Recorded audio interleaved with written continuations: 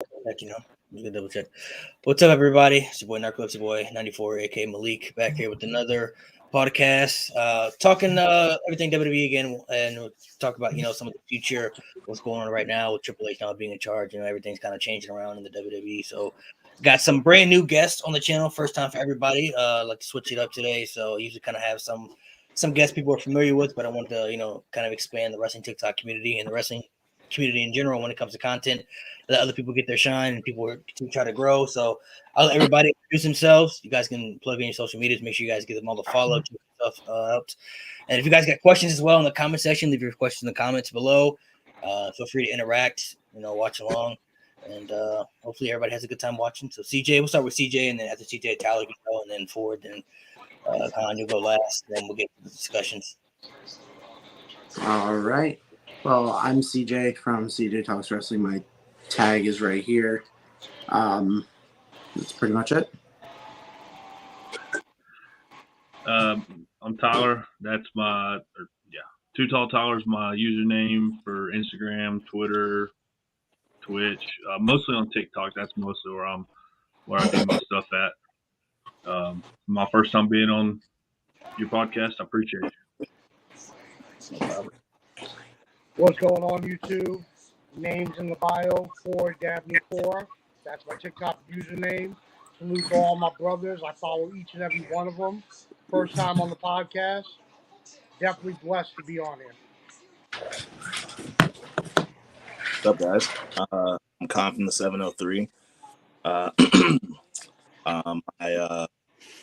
Instagram and TikTok are Con from the 703.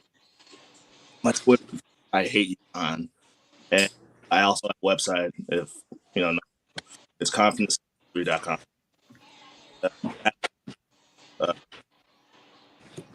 It's kind of lagging out a little bit, but it's all right. Connection's kind of going bad for some people, but we'll manage. So now that everything's changing up, we know that Vince is no longer there. Triple H is now in creative, so things are now changing up in WWE. Seems like SummerSlam, I think, for some people, kind of set the tone of, I guess, where the direction was heading as far as certain things. How certain things are going to be booked. I think at first match, with Bayley coming back, and then Dakota Kai coming back after she got released, and then Io coming up to the main roster, then Becky turning face too. That kind of all set the tone of like things are a little bit different now, and things were kind of changing. But one of the main things I want to ask is, what do you think this entire year for the rest of the year is going to look like for them? Do you think we're going to see a lot of changes, maybe as far as certain superstars getting pushed that wouldn't have gotten the opportunities? Maybe somebody like Tommaso Ciampa, or people like Shinsuke Nakamura come back, from the obscurity that he's in. Bobby Roode, will they try to do stuff with him? Do you guys think we're going to start seeing maybe other superstars get pushed that we wouldn't have seen, or do you not think much will change? You kind of think maybe it'll still be the same to an extent, or what do you guys think, CJ? So, you make a good point with Tommaso Ciampa. That's Triple H's boy. So we know he's already getting pushed into that mid-card title picture, which he should be in the first place. Ciampa is underrated. I think that Triple H is pushing him correctly, and I think that everything's going to change with perspective of who's in the picture for the titles. What about you, Tyler? I definitely think it's going to change. I mean, obviously, the first week we definitely seen some changes, or slight changes. I kind of hope, and I know CJ and Ford definitely know this. I hope they kind of end up pushing my boy Finn Balor in a direction he deserves. He was a god in NXT under Triple H, and when Triple H was running that, I didn't watch it too much, but I know that he built indie wrestlers through that developmental brand, and then when a bunch of the wrestlers get up to the main roster, some of them don't get the same recognition they did in NXT. So I'm kind of hoping he brings back the NXT, how he run it up to the main roster. If that makes any sense. No, I feel you. What about you, Ford? I'll let you touch on it. All right, with Triple H now, I would say what it is like second, third week. He's dropped some heavy things for the women's division. dropped some killer matches, and promos are getting better. So I think we're going to see it in increments. It's not going to be a Big Bang Theory, no pun intended. It's going to be a Big Bang Theory, it's going to happen all at once. It's going to take a little while, but with this new regime, I love what they're doing with the women's division. I see what they want to do with Ciampa. I was actually interested to see what they do with Rick Boogs, because now he's cleared to return, because he was getting a push before. Now let's see what happens after. And I would really like to see what they do with Gunther. You made him the Intercontinental Champ. Are you going to have him really defend every week? Or is he just going to be like Roman, defense here, defense there? Well, they haven't. I mean, God, I can't remember the last time the Intercontinental title even felt important to the product. It's been maybe since the Miz held it. I think, or Seth Rollins went to. It's been a while. Kyle, what about you? What do you think? You think things are going to change up, or? I see changes already. I mean, just as excuse me, just as early as SummerSlam, the commentary, it was very, very different. They wrestling didn't even work for the company, which is something that that's like a big no-no. That's always been a big no-no in WWE. A was the United States Championship, and important the whole vignette about the United States Championship. They don't know that. And watching this last episode of Raw, it felt like I was watching Black and Gold NXT, just the way it was shot, the way that the set kind of just went. You already feel like you feel a big. You're like cutting in and out, bro. Like when you talk, it cuts in and out. Like you speak and then it cuts in and out. So if you got headphones or something, maybe you can try headphones, see if that works. Yeah, let me grab my AirPod. See if your headphones work. Yeah. Can I add something on to what he was saying? Good. So I kind of understood. I kind of understood what he's saying.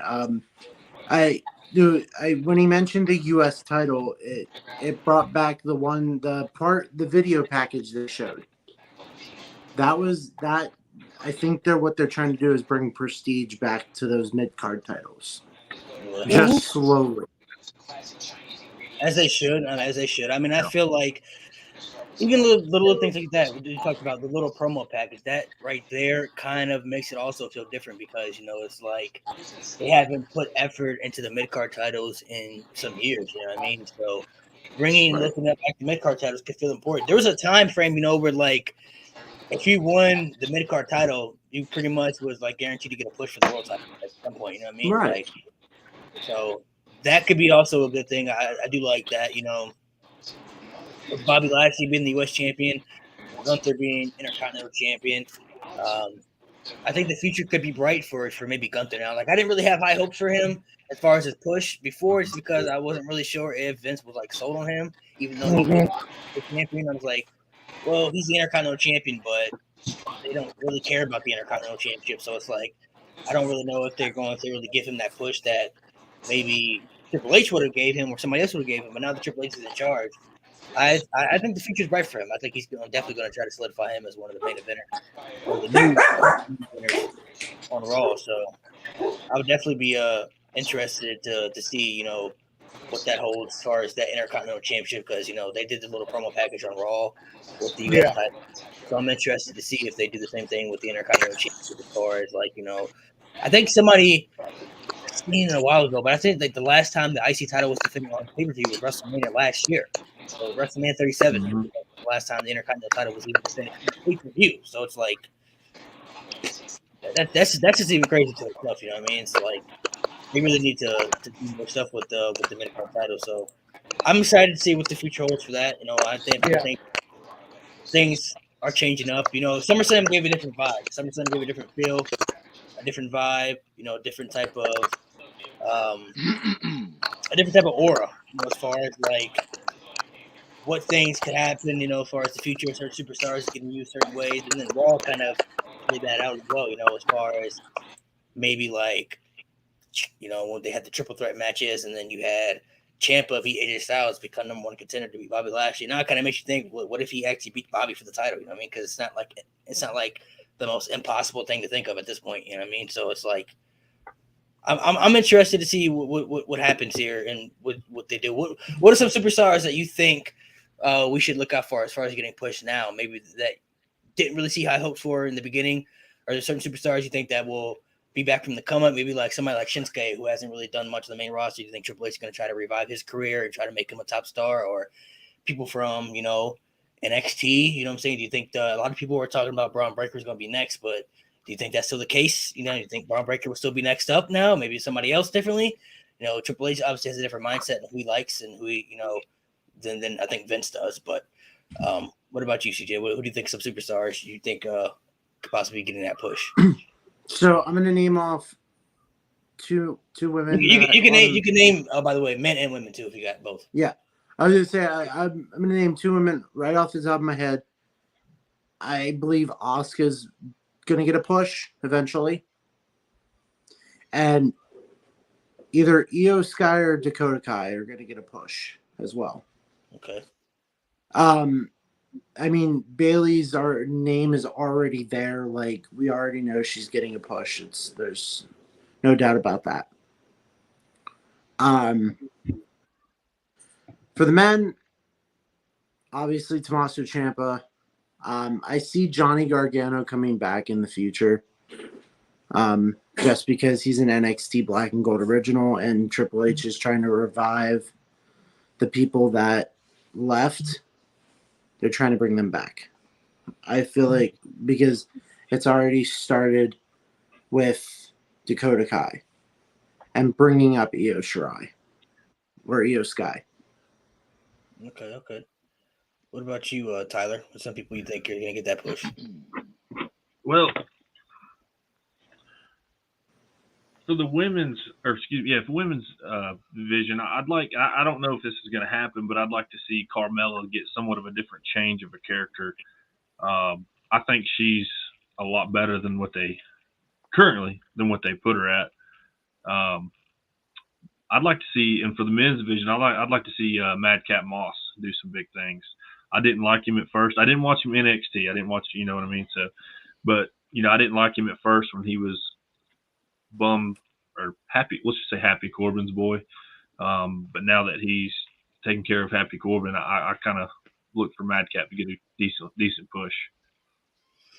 I actually like the answers you gave. I like Carmella and Madcap Moss. I've said many times actually on the podcast that Carmella could bring something valuable to the women's division if they do something with her. I felt like when they reinvented her character to like that heel character, like beautiful than everybody else, something like that.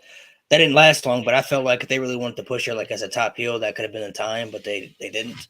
And Madcap Moss also has impressed me too. I wasn't like crazy about him at first, but he can go in the ring. He puts on pretty good matches, and he has like this intensity about his, himself when he comes out and everything. Like, he has something. But my answers, I think, definitely Shayna Baszler for me. She'd be number one for me in the women's division. Like, they dropped the ball with her incredibly, especially coming from NXT. She could have been a force to be reckoned with. I mean, like Shayna versus Ronda is like literally in the palm of their hands. They can make happen and make a big money match, but you have to build Shayna Baszler back up to be credible because, like, if she were to face Ronda right now, there's no way I could believe she could beat Ronda. You know what I mean? So it's like, she has to build up at least some credibility back where she's like NXT Shayna Baszler, like choking people out and feels like she's a dominant force.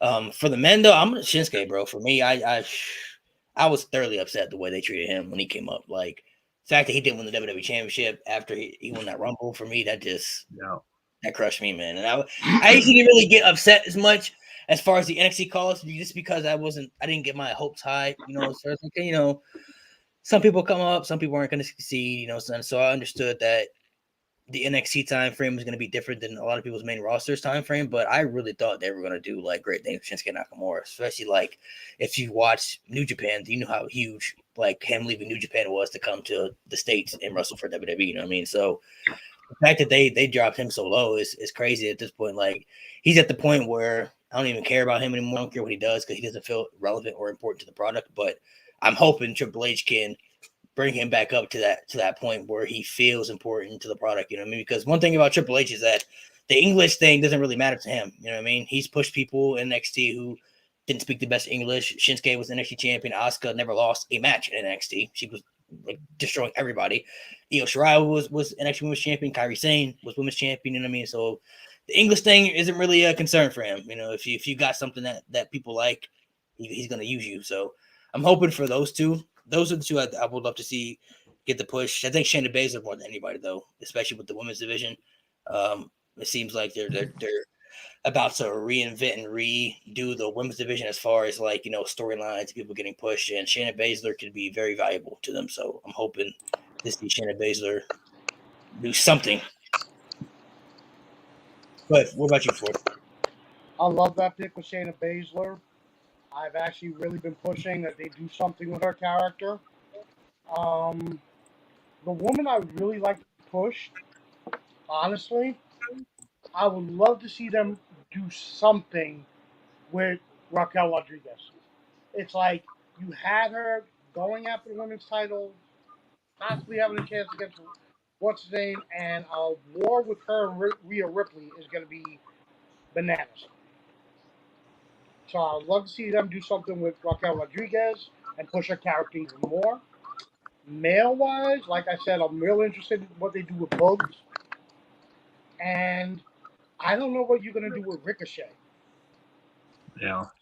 Yeah. It's like the hype that man had coming into WWE.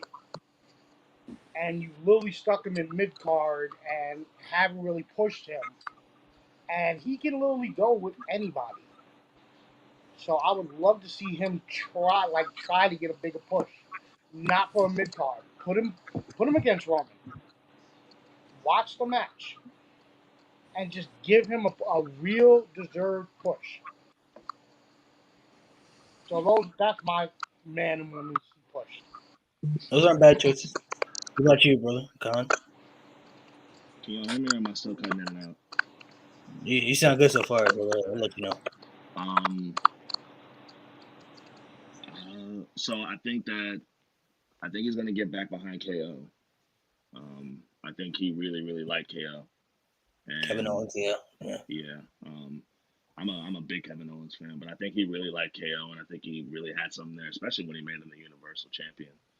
But I also think that he's going to get back behind Ricochet too, because I mean, it's like Ford said, like I mean, Ricochet can go with anybody.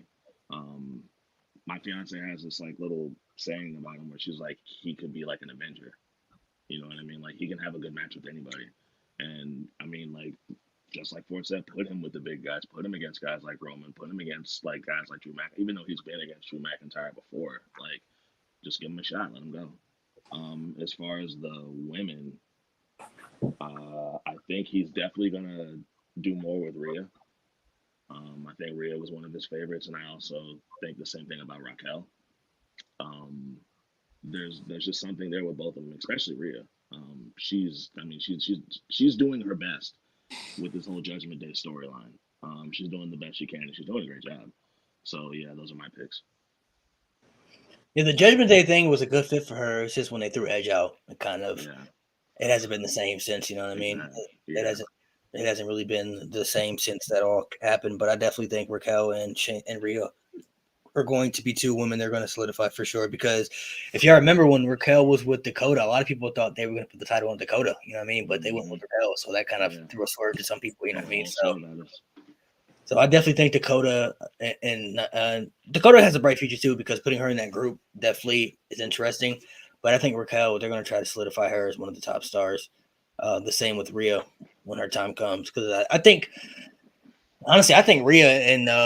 Rhea and Bianca could be like the next Trish and Lita feud. That could be the next Sasha and Charlotte. That could be your next feud right there. Bianca and Rhea. That could be the next, Becky and Charlotte. The next Bayley and Sasha. The next Trish and Lita type feud right there. I mean, like, we haven't seen them work much together, but that little interaction they had in the Royal Rumble last year when they were like the final two, that to me right there, that was exciting. I'm like, bro, these two right here, they the future. Like that right there, like.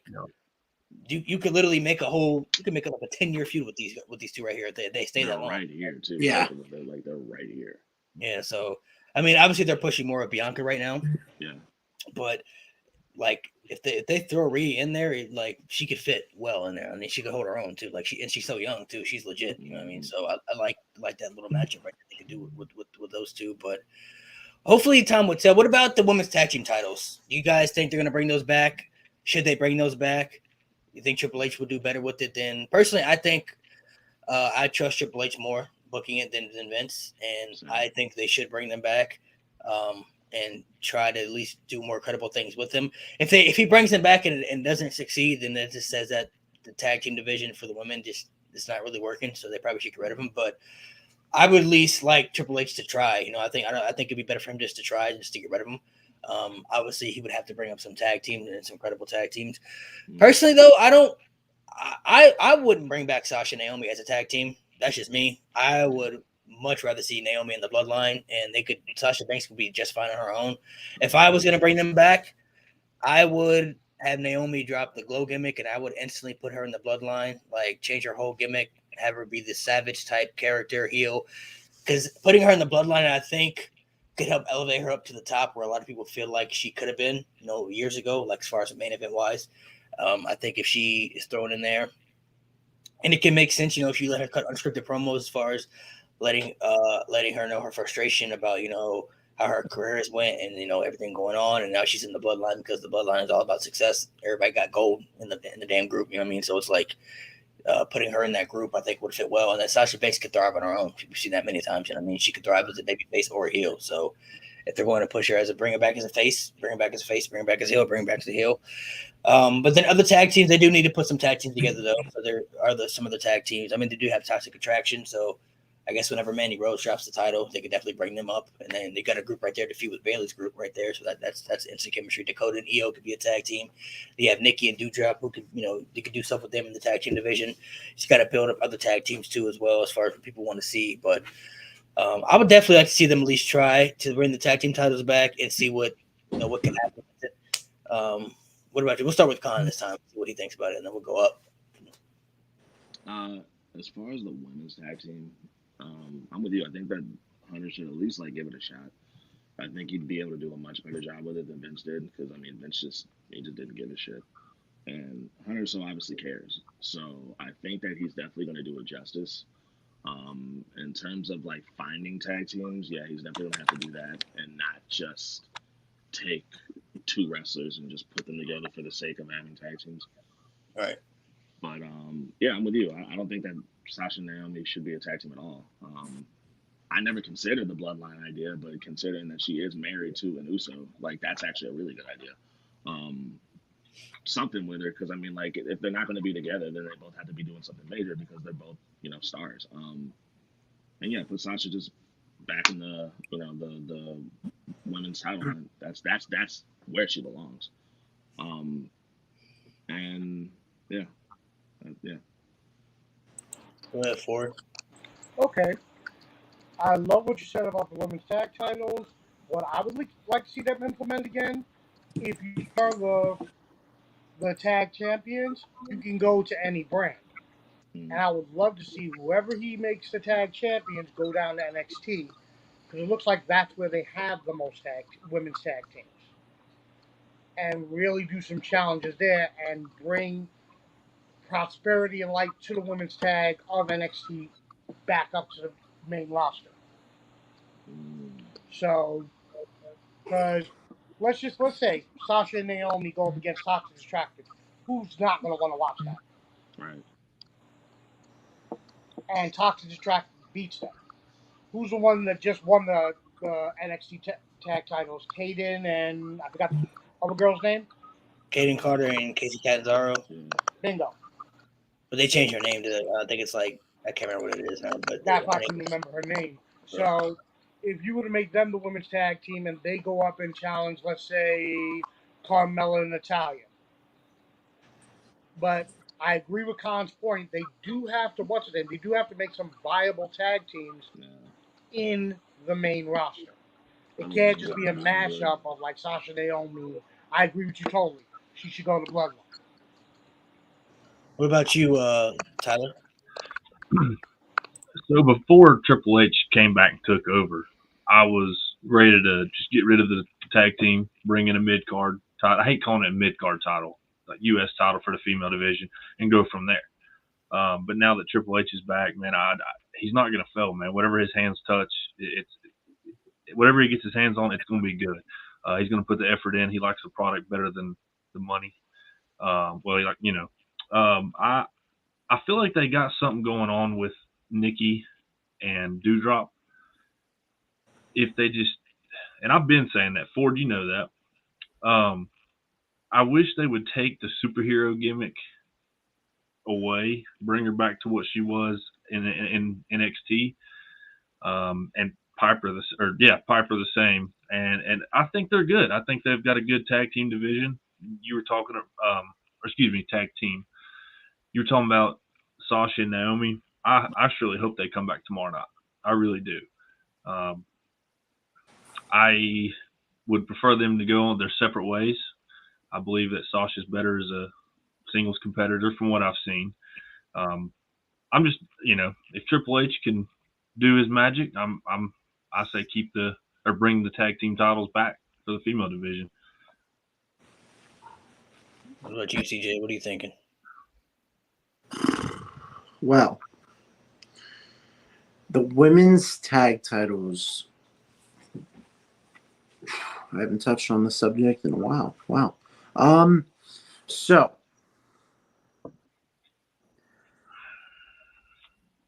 the women's division or the women's roster right now, in the situation that they're in, they don't have enough people to start a tag division for the women's division. So maybe a little down the road, bring them back, but not right now or anytime this year. So you think they should keep it vacated until sometime next year in 2023? Most likely, yes, because maybe by then they'll have a bigger division than what they do now. I think it's all about the numbers in their locker room, because they don't have enough people to start a tag division right now. So I think right now, maybe Nikki and Doudrop are the only tag team they have, if I'm not mistaken. It's the only tag team. I'm talking about on the main roster, not NXT, but right. I believe they're the only tag team on the main roster, which I can understand. So I understand your thought process on that. I definitely think with Triple H also being in charge, he's going to try to bring back some of the people that haven't gone to AEW yet. Guys like Adam Cole and Andrade and Samoa Joe, all those guys are gone. You know what I mean? And I think Tony Khan said like most people are like under 5-year deals. You know what I mean? So like they'll be signed for quite some time. But there's two people that I definitely think he'll try to get to come back. One of them will be Johnny Gargano, and the other is Karrion Kross. I definitely think he's going to try to get his hands on both of those guys, especially Karrion Kross, because the way he was pushing Karrion Kross would have been just fine right now on the main roster if Triple H had been in charge for some time. Karrion Kross right now, if Triple H had been in charge when he came up, could be like a legit credible threat to Roman Reigns. You know what I mean? Like he would have been that type of dude, but the way they did him, that and that blows my mind the way they did him, because you would think that would be like a Vince type guy the way he looks. Mm-hmm.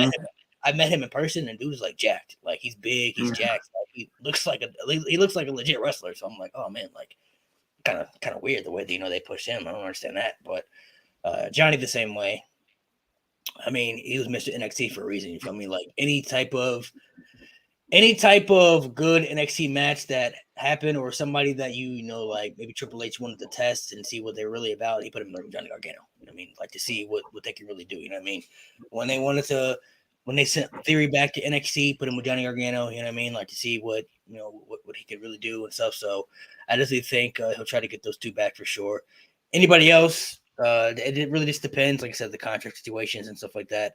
And maybe there are other people who would jump from AEW when their contract's up. Like, Triple H, let me go over here and see what's like over here. You know what I mean? So you got CJ. What you got? What you want to say? So this may be stupid sounding, but I think what they should do is just have one set of women's tag titles and have them be defended on both shows, or on both NXT and Raw and SmackDown. I guess that kind of makes sense. You know what I mean? As far as like one set of tag titles, and then speaking. What about how you guys feel about the brand split? I mean, they have a lot of titles that are unified right now. The world title is unified. The tag title is unified. The mid card titles aren't the only ones that aren't unified in the women's titles. Do you guys think they should do a brand split, or you guys think they should just make the rosters differently? I think if they're going to keep the brand split, I think they definitely have to do another draft, and they have to give a lot more to SmackDown than what they got right now, because SmackDown ain't got enough. They got to get more than Drew McIntyre, Roman Reigns. Do a draft again, make the brands even, split them up. And I think you would definitely have to split up the titles, as far as whether it be Roman drops one title to somebody, the Uso drop one tag. Like, you got to split up the titles. But if they're not going to do it that way, then I definitely think the brand split should end, which wouldn't be a bad thing to me, because their roster isn't as stacked as it once was when they had all this talent that wasn't able to do much, sitting in the back and catering and doing nothing. They released a lot of people. So, I mean, if they're going to end the brand split and just have one world champion, one women's champion, one tag titles, I wouldn't be opposed to that, just because they have the roster to do it now. Like I said, the roster is limited, and you got 3 hours of Raw, 2 hours of SmackDown, so it's enough TV time to make some different storylines, different things happen. But I would prefer if they did the redraft and then you just have Raw be its own show. It's better when like Raw, it's its own show with its own storylines and own superstars, and SmackDown the same way. Like, you don't want Raw to feel like SmackDown and SmackDown feel like Raw. You know what I mean? Like, SmackDown Live, that shit was incredible because SmackDown didn't feel like Raw at all. You know what I'm saying? Raw wasn't good that year too because Raw didn't feel like SmackDown. So make them different. You know what I'm saying? And I think this would be maybe bring back the managers. They want to do general managers and all that type of shit. So if they want to do something like that, but it's interesting to see how they have the titles right now. What do you think? What's up with Tyler? Do you think they should do the brand split end? You think they should separate the titles and just make it all just one thing, or you think they should just do the redraft? So I'm gonna start off again. Like, before Triple H took over, I'm like, well, Roman's got the titles, Bloodline's got the titles. Let's just do it all.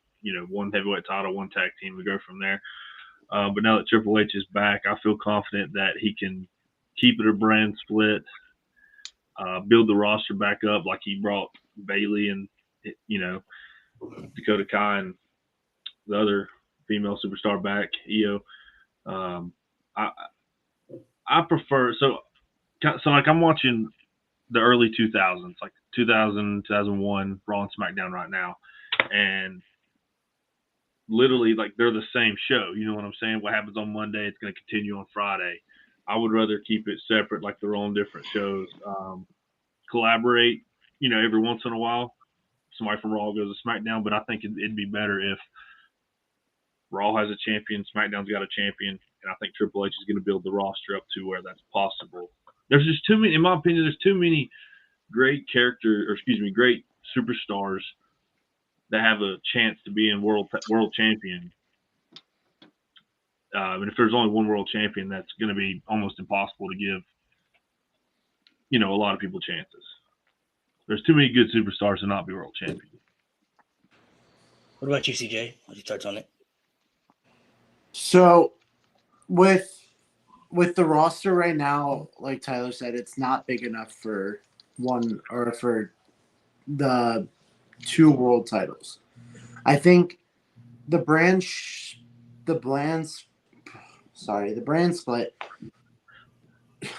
should not happen right now. It should not be in effect until they have a bigger roster. And once they have a bigger roster, I would be fine with having a champion on Raw and a champion on SmackDown, just like the women's division. I'd be fine with that. What about you, Ford? Do you think they kind of should split them up or branch them together as one? I think until WrestleMania, they should just keep it one champion. In my honest opinion. For WrestleMania, you talking about WrestleMania next year? Yeah, WrestleMania coming up in Hollywood. I would keep it one champion. I would not do separating of the titles, because honestly speaking, who are they really pushing? Theory, Drew got a shot. Seth is calling it out, and we know Cody's getting it. Name me somebody else.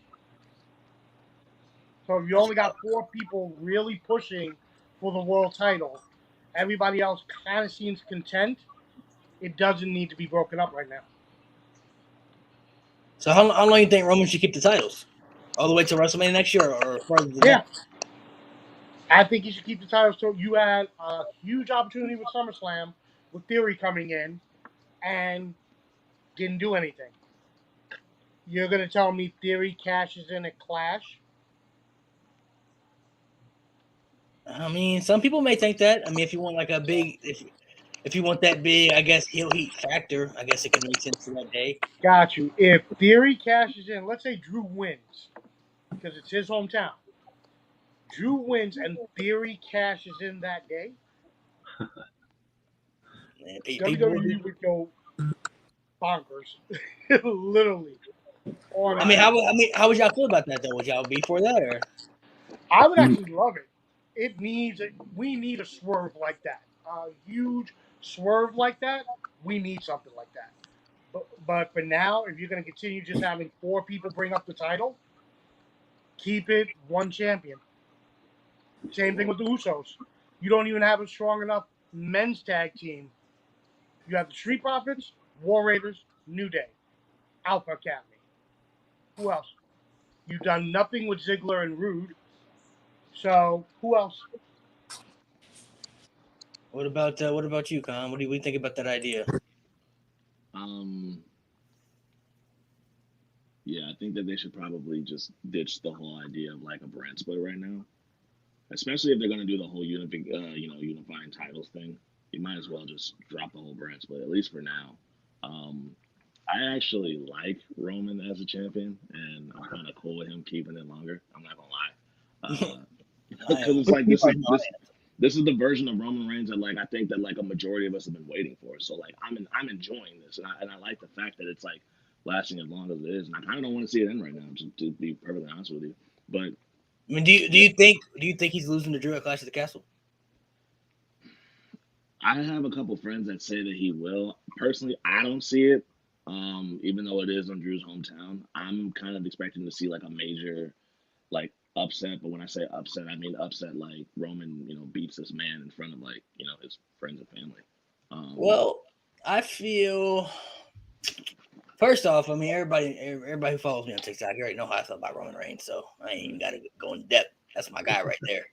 But I don't know, man. I mean, I'm cool with being wrong. Like I'm completely. I mean, if Drew wins, first of all, I think Drew McIntyre is top guy material. He could be like the number 2 guy in WWE to me. I've always felt that way. Most definitely. 100%. He has that in him, but Roman losing the titles, right? I mean, honestly, I want him to reach 1,000 days champion. If I'm being real, Me too.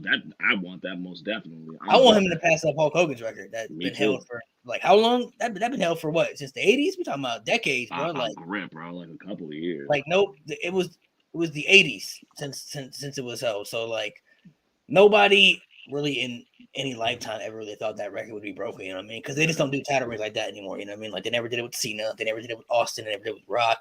So you just never thought you'd see it happen. But it just feels right with Roman. I don't know. It just feels right. Like it just. I like it. I know some people don't like him. Some people are tired of him. You have the right to feel that way. I mean, it just feels. It feels right with Roman, like you said. I mean, first off, I do want to say that I'm not a new Roman. Roman Reigns has been my favorite for a while. He was my favorite in the Shield. He was and I even liked him after the Shield. Even when they pushed him hard as the babyface, I still never disliked him. He was always somebody that I understood. I guess the vision of what WWE saw in him. He just looks like a star. So I'm like, bro, he's got everything. Like if I was a WWE superstar, I would want to look like this guy. Like I would want to be him. And he can go in the ring. He could. Is the promos holding him back for a minute, but he's improved a lot on that. So he's increased a lot on the promos. But the whole tribal chief thing, man, he did. Man, the way he just able to come back and just like take the torch. You feel me? Like knock it out of the park, bro. When he was the big dog. There were times when he felt like the guy, but then there were other times he didn't. Like Seth Rollins felt bigger than him. Becky Lynch even felt bigger than him at one point. You know what I mean? So it was like there were times when he was there, but then it really felt like somebody else was taking it from him. So he didn't really feel like the face of the company like they wanted him to. But when he left for the COVID stuff and then he came back, and the day he came back at SummerSlam when he attacked the Fiend and Braun Strowman. I was like, this is not the same Roman Reigns. This is different, bro. Like he just feels different right the now. difference in energy. The aura is different with this guy right now. He seemed like a different attitude, a different everything. So, and now the whole Chief stuff from now, so that was 2020. So it's been 2 years, about 2 years. From now until like from then until now, like I don't know, bro. Like he's just had this run that I'm into it. Like I hope he keeps title for another year. He got bigger too. He got bigger. He did get bigger. He did get bigger. New teeth too. Oh, you're on mute, bro. You're on mute. You gotta unmute yourself. Okay. Malik knows I've never been a fan of Roman Reigns. I'm still not a fan. I acknowledge everything about him. All right? I acknowledge his character, but I'm just not a fan of his. All right? But in the current state of the WWE, he is actually the best thing going. I just don't like his in-ring ability. I've always stood on that. And Malik came in my comments when I put up a vid giving me all the facts that he stated here. And I agreed with it. Yes, he is top of the food chain right now. That doesn't mean I have to like him to acknowledge his character. So Right. I hear everything Malik's saying, but I will be the first one to say I don't like Roman Reigns, but he's what's best for business right now. What about you, Tyler? I don't think you're a Roman fan either, even though you had to acknowledge him. So I don't really. I pretty much the same as Ford. It's not that I don't like him, and people think that if you don't like somebody that you hate him. I don't hate Roman. I went and seen him a couple times, dude, in person. He was like 10 feet away, dude. And my gosh, I mean, I was like one of the happiest fans ever seeing Roman. You know what I'm saying? He's definitely got a great character. The whole bloodline, the whole acknowledge me thing. He's got he's got it going on. The streak, man. The streak's amazing. Like I said, I don't hate the man. I really don't. I just wish his cousins would let him wrestle by himself and quit helping him. But that's a heel thing. That's a heel move. I know. I kind of compare Roman, I can see, to the early 2000s Triple H. How Triple H was a heel and he just kept winning and winning and winning and winning. And I ended up not liking Triple H back then, but I love that character now. That's the concept of the Roman character, though. Like me and Con was talking about this. I saw somebody in this comment, like the way Roman is winning, he's not the first person to do something like this. He ain't gonna be last either. Right. Somebody else gonna do it after him. But it's like Triple H built Evolution to have them protect him as the world champion because that's all he cared about was the world title. JBL, when he was, if you go back and watch JBL's WWE champion, he never won a match without somebody interfering or somebody helping him retain the title. It happened every match, whether it was the JBL cabinet, whether it was somebody else, somebody always helped him win the match. He was like, that's why they called him like he was the wrestling god. He survived. He was surviving every title match. You feel me? Like every single time. Roman Reigns doesn't get help in every match, but like right. The match against Brock, how can he beat Brock in the last man standing match by himself? Brock Lesnar we're talking about. Like you got to have something there, something extra to get over that hump. Otherwise, Brock Lesnar wasn't gonna stay down. He's the beast for a reason. You feel me? So, and honestly, people also have to think too. Like you don't really think that they have like they do stuff like this purposely too. Like when they have people interfere in matches, like they know how people react, how people feel about it. So if it pisses you off, they're getting the reaction they want. It's like, oh, people aren't really like it. They see social media. Wait a minute, some people aren't happy about. Oh, okay, well let's do that again next time. We'll do that again next match, and then after that match, we'll have Roman beat John Cena by himself, just to show that he could beat somebody as a top guy. But the next match, we'll do the same thing able to do. So like the bloodline is to make the bloodline really is for Roman. It's to protect Roman as the top guy, as the champion. Even though the Usos are there, but like their job is to make sure Roman stays the head of the table, the tribal chief. You know what I mean? That's why him being the champion fits so well because like could he be cool without the title? I'm sure he could, but it's like his everything right now as far as the gimmick is based off the title. So him keeping the title for as long as they can. I mean, like I said, I hope he passes Hulk Hogan's record after he gets. If he can reach that 1,000 days and beat Hulk Hogan's record, I think that would solidify his legacy even further, and then you could have him lose to whoever at that point. Okay, let me add to that. For the people that keep saying, and remember, I'm not a fan of Roman, but for the people that keep saying, well, the Usos, they need the Usos to help him, Paul Heyman to help him, but yet your greatest faction is NWO. Who's protecting Hogan? Your greatest faction is the Four Horsemen. Yeah. Who's protecting Ric Flair? Your greatest faction is the Main Event Mafia. Who's protecting Angle? So, if you're in a faction, that is the job of the faction, to protect the champion. So I really wish, I don't try to argue with people on here, but I really wish people would stop saying he needs the Usos for help. That's what they're supposed to do. On top of that, they're his cousins. Like they're his cousins. Like you would expect your cousins to jump in any fight that you're getting into. Exactly. We all come from the same type of family. We all come from the same bloodline, no pun intended. That if you didn't help your cousins or your brothers or your sisters, what happened to you? You getting whooped when you get home. Right, like That's a given. it makes perfect sense. Especially like I was more surprised that people were more like upset about the whole Brock match. Like they were really upset that the Usos really came out to help Roman beat Brock in a last man standing match, bro. Yeah. Like it's a last man standing match. With like no rules. Plus, like storyline wise, it doesn't make sense for Roman to beat somebody like Brock by himself. Brock Lesnar is the beat. We're talking about the guy who ended the streak.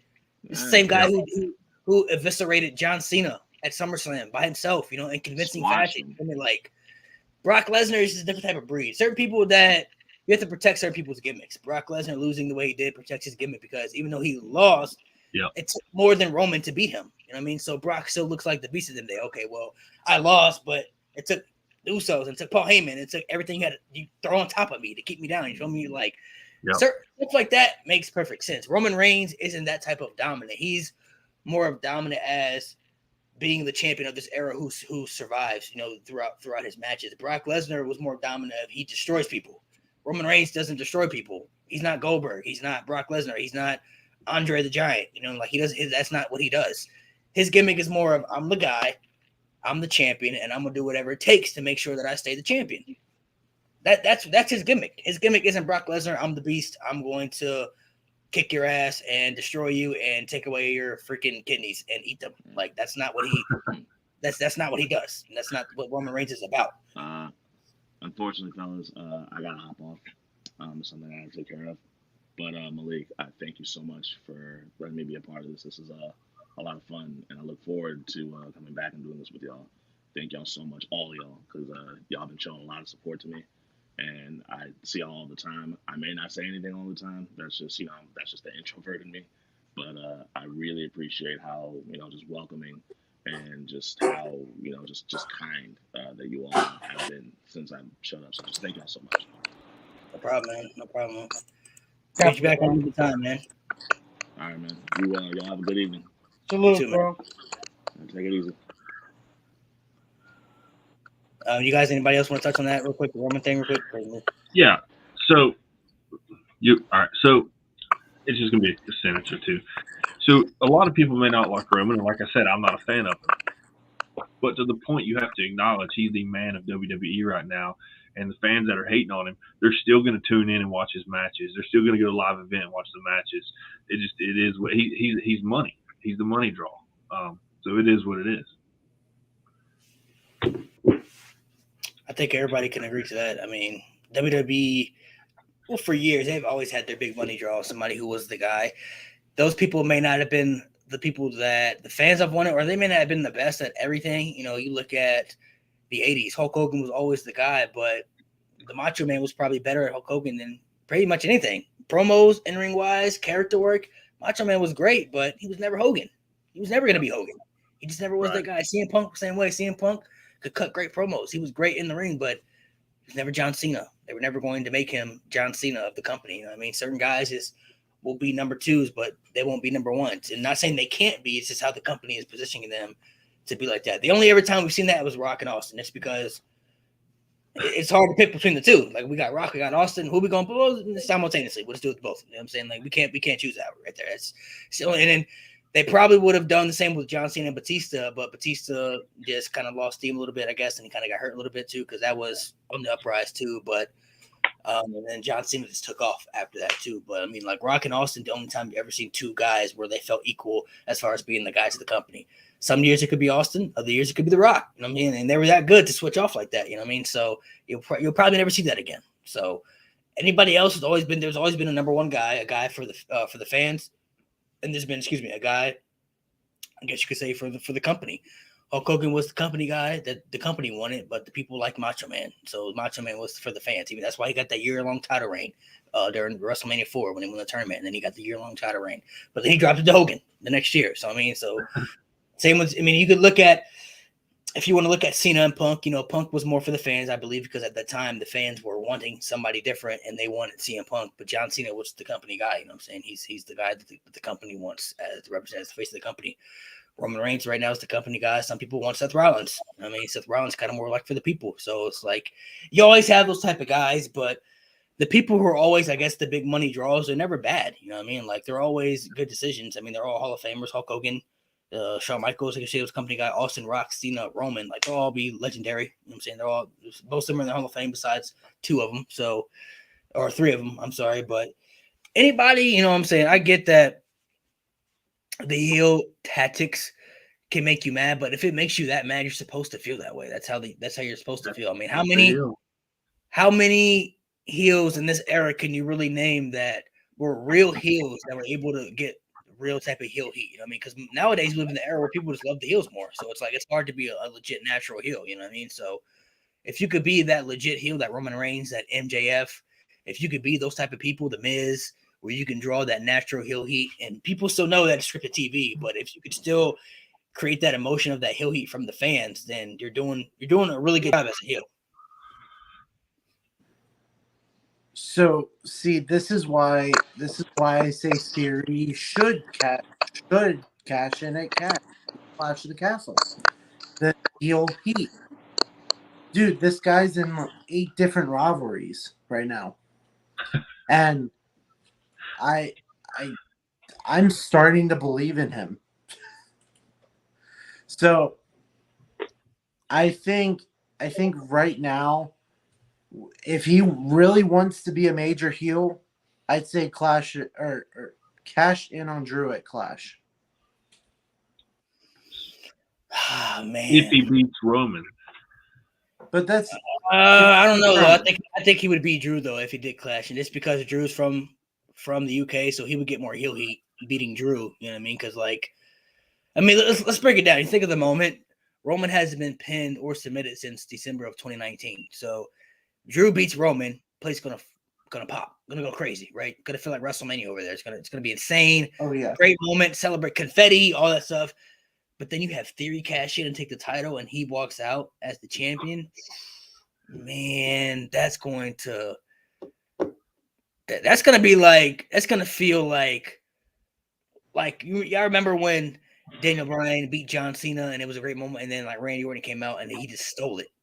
That's what I was thinking. It's gonna feel just like people are gonna be like, but it's gonna be bigger because it's in the UK.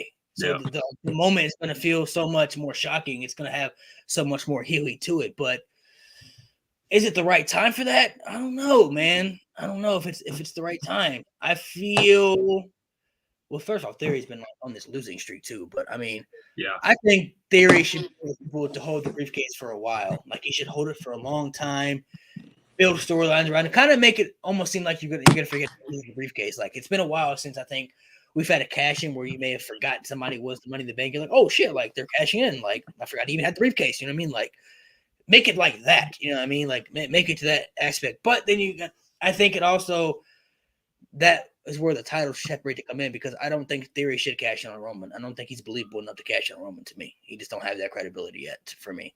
If he cashed in on Roman, it could be a big deal for him, but I don't feel it. I can't get behind. I got a suggestion for that. Why have Theory hold on to it till WrestleMania? Have him go into matches. They were building something great with him and Dolph Ziggler. which I thought that was going to be over the briefcase. Let him have a couple of matches for the briefcase. Let him lose it, get it back. Build him up to where people are literally going to say, hey, wait a minute, who has the briefcase again? And all of a sudden, Theory just pops out of nowhere. I love that. I love what you just said, Malik, because they haven't done that with a Money in the Bank briefcase in quite some time. So, What about you, Tyler? What do you think? Is this where they're? Sorry. What's he? Go ahead, CJ. Go ahead, CJ. Oh, okay. So, Theory wasn't on Raw. So, do you think this is where they're going with this whole thing? Possibly, maybe. I mean, I think if you notice, it seems like there are a lot of people that was on TV before when Vince was around that isn't on TV. Like Omos hasn't been on TV in the last so many weeks. Theory has been losing a little bit here and there. What's the crazy guy, the Indian guy? Veer Mahan. Yeah. Like certain people haven't been on TV as for a little bit. So I don't know. Maybe they're trying to reinvent some of these people to get them to where they want to be. I don't know. I think they'll try to. I think they should have Theory hold on to the briefcase for a while, continue to build up his credibility, and when he cashes in, it feels like the right moment. I think it should be on somebody else besides Roman. I think they should split up the titles, have the WWE title go to somebody else. Roman keeps the Universal Championship for another year, and then that way you have the WWE title as its own championship, and Theory can cash in, take that championship from Cody or Drew or Seth or whoever is the champion at that time. I think that would be more credible, and that would make more sense for me. That's just how I would do it. I'd be cool with that. I just hope that this time, like Big E last year when he cashed in, he literally told him, "I'm cashing in tonight," and he did. I don't want a planned cash in. I prefer them to a surprise attack. Right.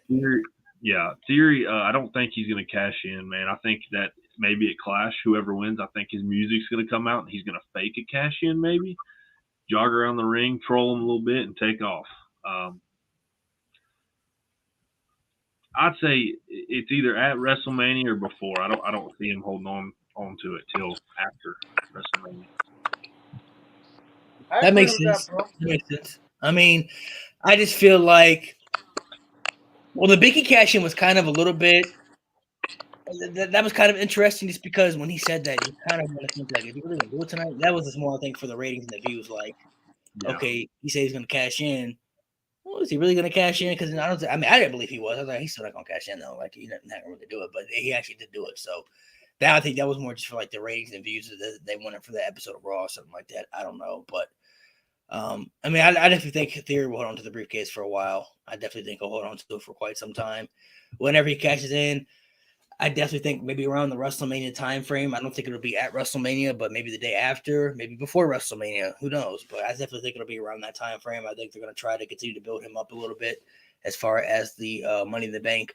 Kind of like how they did, with Edge when he first won it. He held it for so long, but they were still trying to build him up, as far as to be the champion.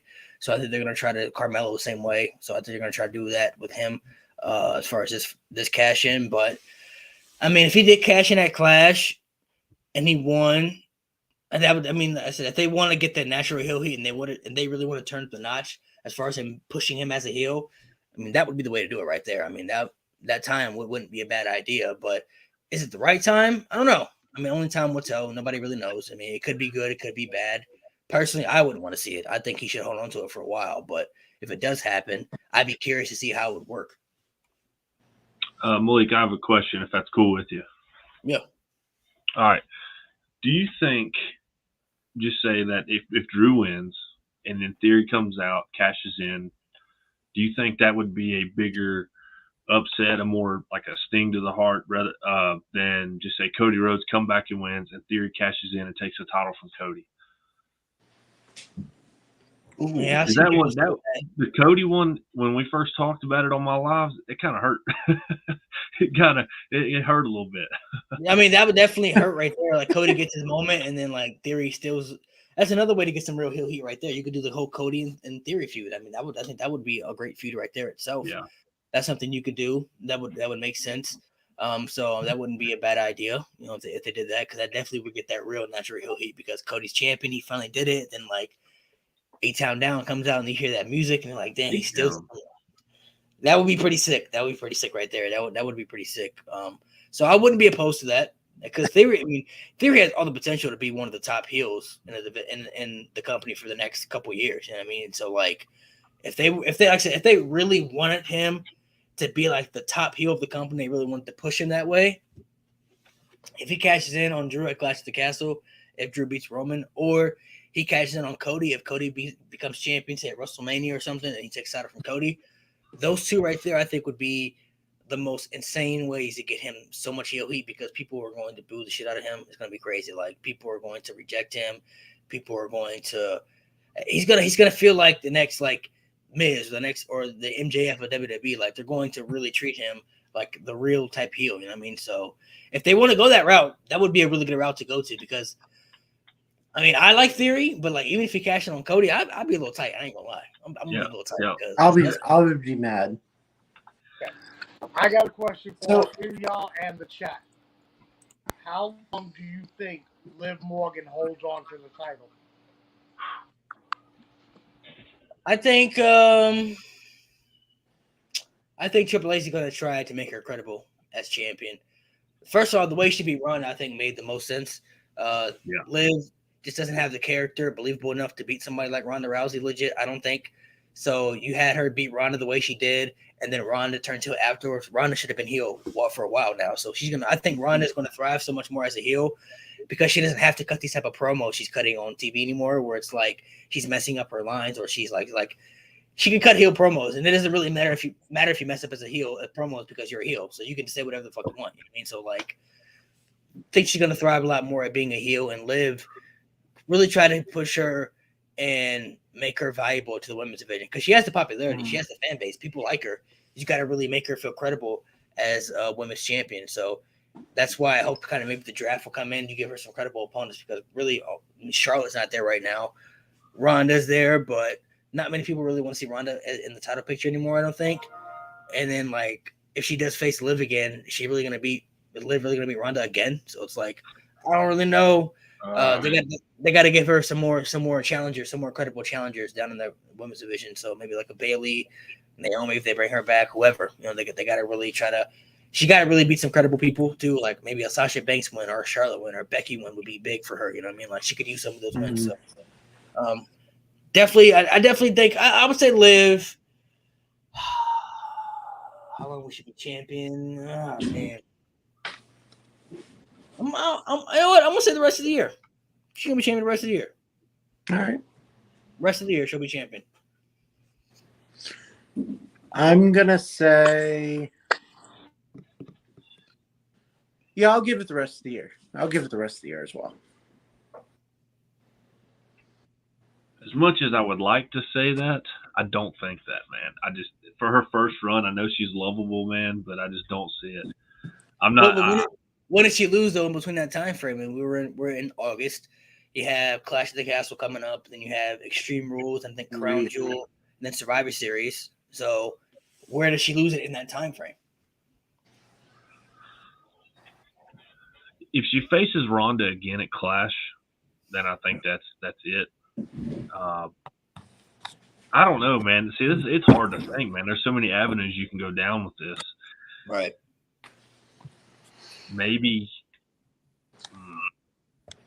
probably. I don't. A couple months. I would say October, November. October, November. Okay. I just don't. I mean, it's her first title run. I don't see it lasting a long time. Kind of like Big E's. His title run wasn't long at all. But there is new management in charge, though. You gotta remember that. That is true. Exactly. That is true. We'll see what time will tell. Time will tell. I'm gonna be honest, and I know people are gonna come at me. I think she holds on to it to Royal Rumble. Okay. And then she loses it. I don't think she lasts till WrestleMania. I think she holds on to Royal Rumble, and they will have someone dethrone her to make a bigger main event for the world, even though she's popular as hell. Is she a main event at WrestleMania? I don't know about that. I mean, I think the two women's matches that I think they're going to do next year at WrestleMania that I think is going to happen: Becky versus Ronda, which is why they turned back to the face. Ronda's on the heel, and I think they're going to do Bianca and Charlotte. Mm-hmm. They haven't done that yet. So, and that's big right there. So if Liv, Ronda and Becky doesn't need the title. Say that doesn't have the championship. You don't really need the title for that. That's like a 3-year storyline. That's a 3-year storyline that's been waiting to happen. Yes. Then you have Bianca versus Charlotte for Raw Women's Championship, whatever you say this for. But I mean, if Liv is SmackDown Women's Champion, maybe Liv and Sasha. I mean, I can get behind that. Liv and Sasha Banks. I like that. I would be opposed. Maybe they do something special. Maybe Liv versus Raquel. I'm saying I say build new stars. You know what I'm saying? Like something different that we haven't seen yet. So I mean, I wouldn't be mad if Liv walked in the WrestleMania as champion, did something different. Maybe Liv versus Raquel, Liv versus Shayna, Liv versus Sasha, Liv versus Naomi. I'd be okay with that. I think I'd be okay with that. Okay. On a more funny note about Theory, I think he's gonna need a new Money in the Bank briefcase if he's gonna keep getting beat like he usually is. Yeah, he's getting destroyed with that briefcase, that's for sure. Before we get into this next little topic right here, this next little questions that I have for y'all, just a little run through.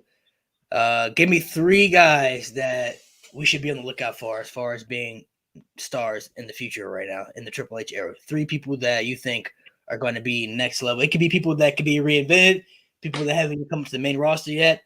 It could be just 3 people you think. I'm still going to say Braun Breaker. Braun Breaker still, to me, is going to be the next guy, I believe. I am going to say Gunther because I do think now that Triple H is in charge, he's going to make Gunther a star. And I'm going to say Shayna Baszler. I think he's going to reinvent her and make her top 2. Honorable mention would be Raquel too, but Raquel hasn't been forgotten about. I'll say she's still fresh and new to the main roster, so she's still got a lot of time to develop. But I'm going to say Raquel, honorable mention, Shayna Baszler, Gunther, and Braun Breaker will be 3 people that everybody should be on the lookout for as far as being future stars for the WWE. Do you want Tyler? Me. Okay. So 3 names. Number 1, definitely gonna go Shayna Baszler.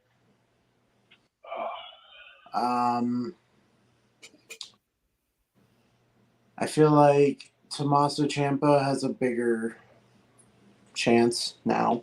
Future's bright. Yeah, future's bright.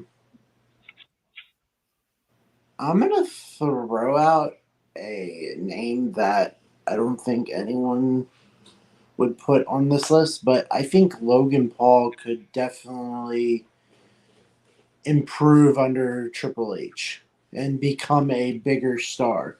Man, bigger Logan Paul is legit, bro. I'm gonna say that right now.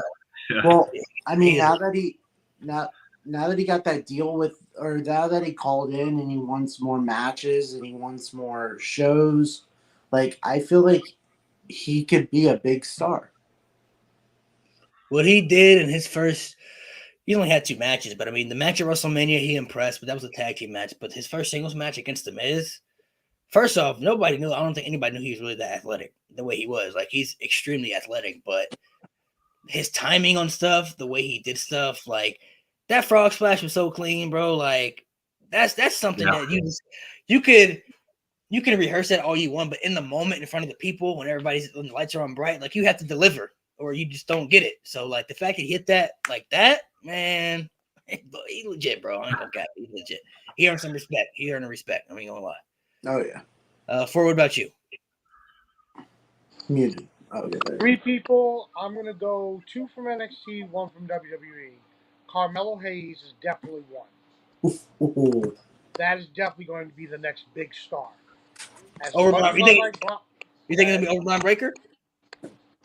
Braun Breaker is good. Carmelo Hayes is better, in my opinion. Oh, who do you think's gonna get the bigger push though? Who fits the WWE mold? I think Carmelo. I think, honestly speaking, I've watched it happen in waves. You have the big money man in Roman.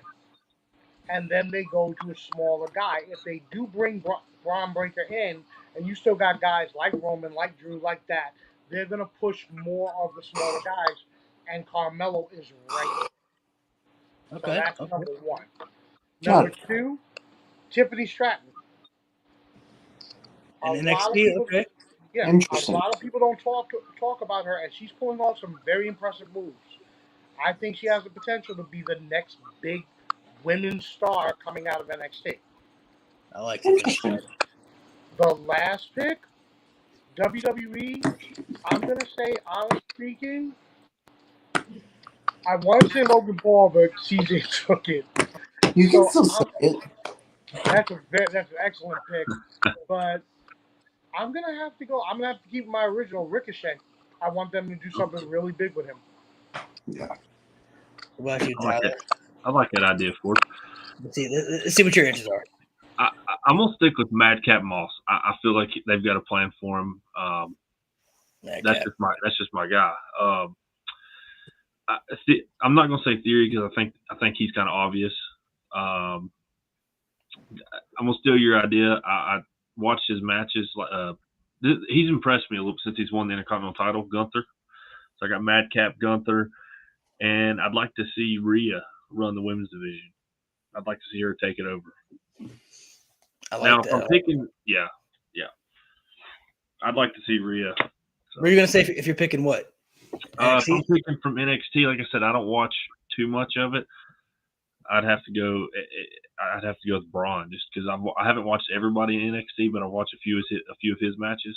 So for NXT, I'd pick for male division. I'd go with him. I would say, Braun Breaker and Carmelo Hayes, I think, are the two. They haven't done that matchup either, but I think they're waiting for that because Carmelo Hayes has got the North American title, Braun's got the NXT title. But I think those are the two guys people talk about a lot.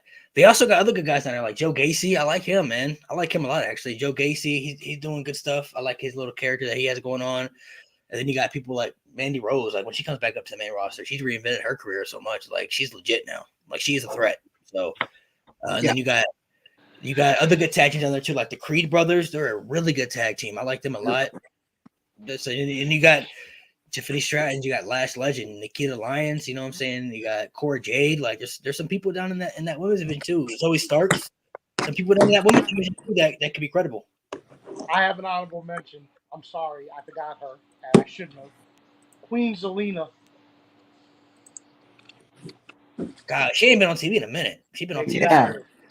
I had to think through my head who could I mention since you mentioned Logan Paul. I was like, wait a minute, Queen Zelina. They haven't done anything with her. She hasn't been on for God knows how long. Yeah, definitely. All right, so we'll do a run through some of these questions real quick. I got two topics. I got one called the hot seat, and then I got one called yes or no. Run through some of these questions, and then you guys have to give your answers.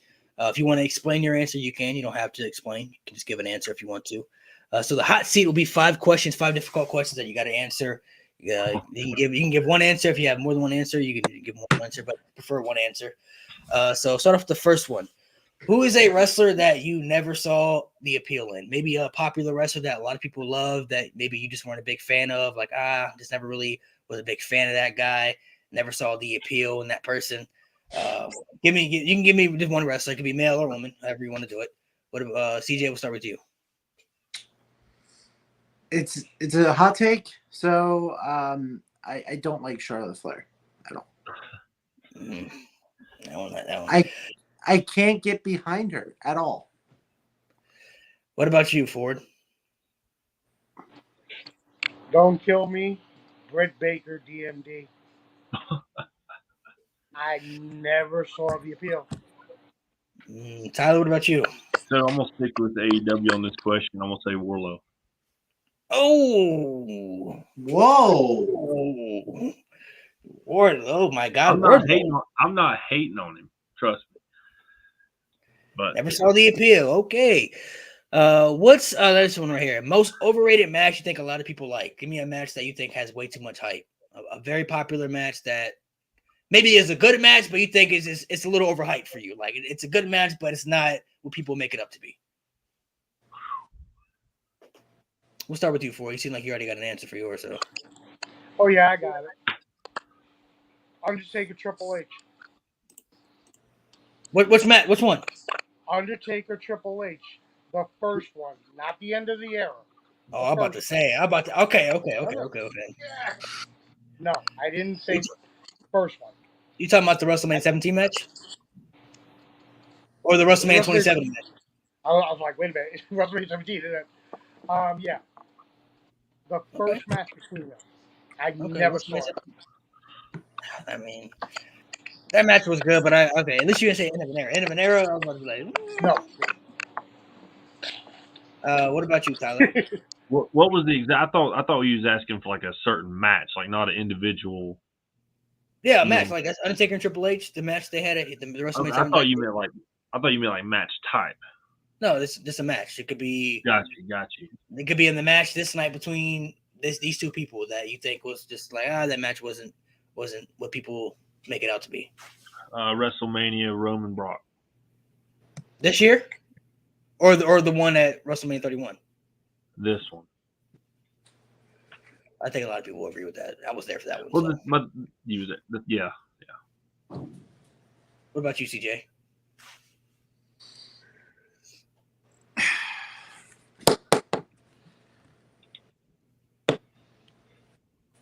I genuinely don't like this match because it's the Undertaker versus Brock. When the streak ended? Yes. Because I love the Undertaker.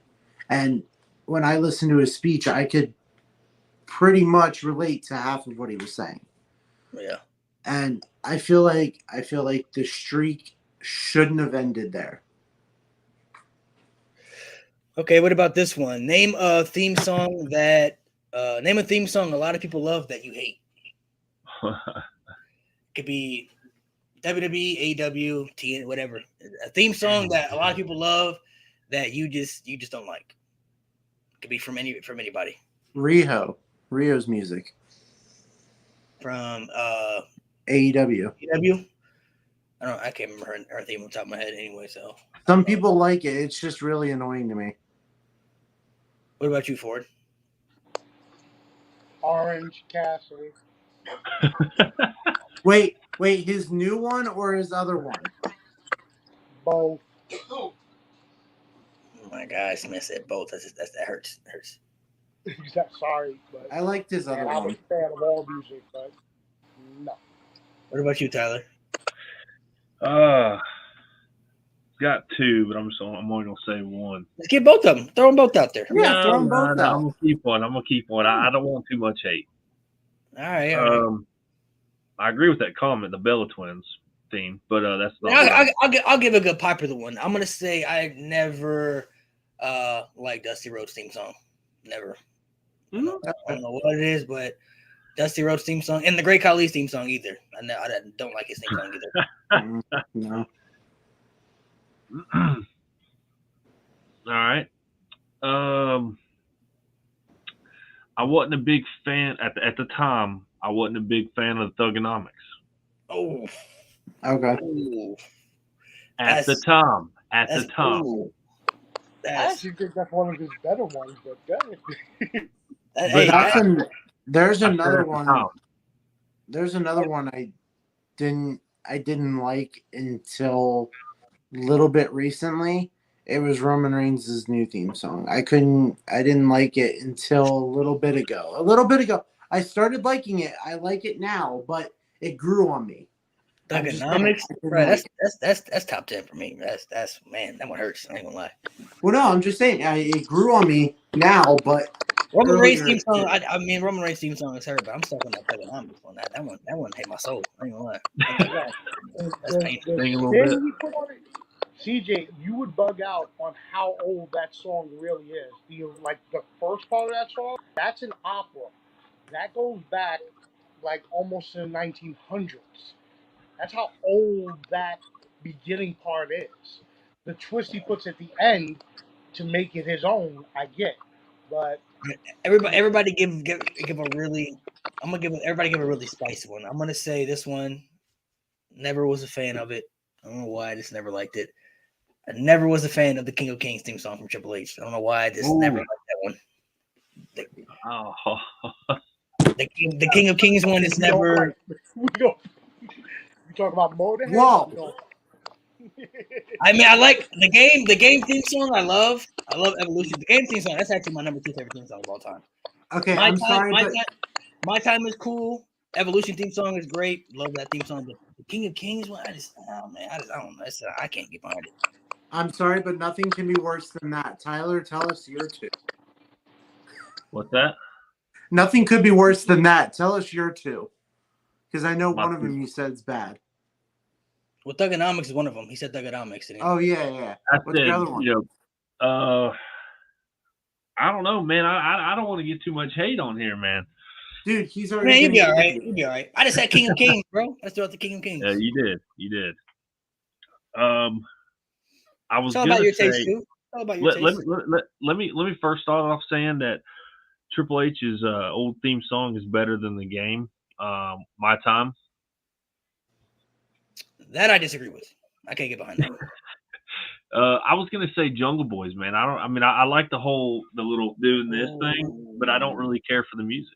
I ain't But gonna lie. that's I'm why sorry, it goes I'm with old, this. man. I grew up on that music, so that's all it is old. That's 80s. So What about you? Anybody else got one? You got one for you? Want to throw out there real quick? Another one? I'm gonna be honest. I never really was a fan of Kenny Omega's. The one right now? The Battle Cry? The Battle Cry, yeah. Oh, Not really a fan of it. I just listened to that. It's not the greatest. Exactly. It's Battle not Cry? great. Oh, man. All right, next one. Okay. Right here. Malik, You let got me another ask one? you one question. Who's got a better entrance music, Omega or Okada? Okada. Thank you. Okada. Had to ask. All right. Name a moment that happened in wrestling that you like that a lot of people may disagree with. So, for example, like if you like the streak ending, or maybe a certain Money in the Bank cash in, maybe somebody turning heel, maybe a decision that was made that a lot of people may not like, but you liked it. So, what about you? Start with Ford. Ford seemed like he always got his answers. Streak ending. Hands down. Oof. I've always stated Brock Lesnar up until then was 3-0 against The Undertaker. What That is was the true. big? Everybody feeds off of what The Undertaker said on the podcast. Brock didn't need it. That's like saying Jordan doesn't need Kareem's scoring title. Everybody wants it. Okay? It doesn't matter your status. It doesn't matter who it was. But with it being Lesnar, to me, it made the most sense because he was undefeated against The Undertaker. Everybody else lost to him. I mean, you bring up Undertaker got valid his point. first win after WrestleMania on Lesnar. That was at SummerSlam, right? Which was a controversial one too. You know. So. Yes. I mean, I the truth ending didn't bother me as much.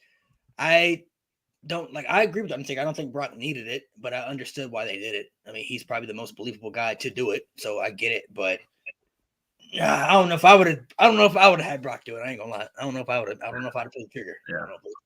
I do say though. I mean, people like to say stuff about Vince, but I do give Vince credit, and you got to have a lot of balls to make that decision. I ain't gonna lie, because people you gotta be able to make that type of decision and understand how people are going to feel about that, and knowing that this is what it's going to be for life. Like you can't rechange this. Like once it happens, it happens, and it's set in stone. So like the fact that Vince said, "Yep, we're doing it tonight. It's happening," and Brock's gonna be the guy. Like it takes a lot of balls because a lot of people at that point the streak has 21-0. So like a lot of people probably would have been hesitant, like maybe we shouldn't do it. You know, maybe it's better if we just make everybody happy. But Vince was like, no, tonight's it. We're doing it, and people aren't gonna like it, but it is what it is. You know, Brock's gonna be the guy. So I understood why they did it. I don't know if I would have did it, but I get it. So, what about you, CJ? What's a moment that you like that maybe some people didn't like?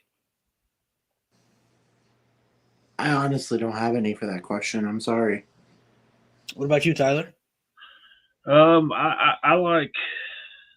At the time, I don't think they liked it. 02 SummerSlam, Brock Lesnar beating The Rock.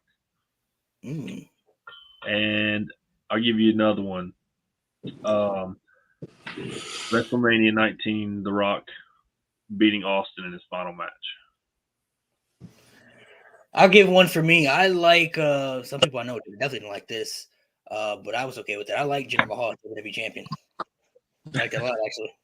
I actually think I enjoyed it a lot, actually, when he was WWE champion.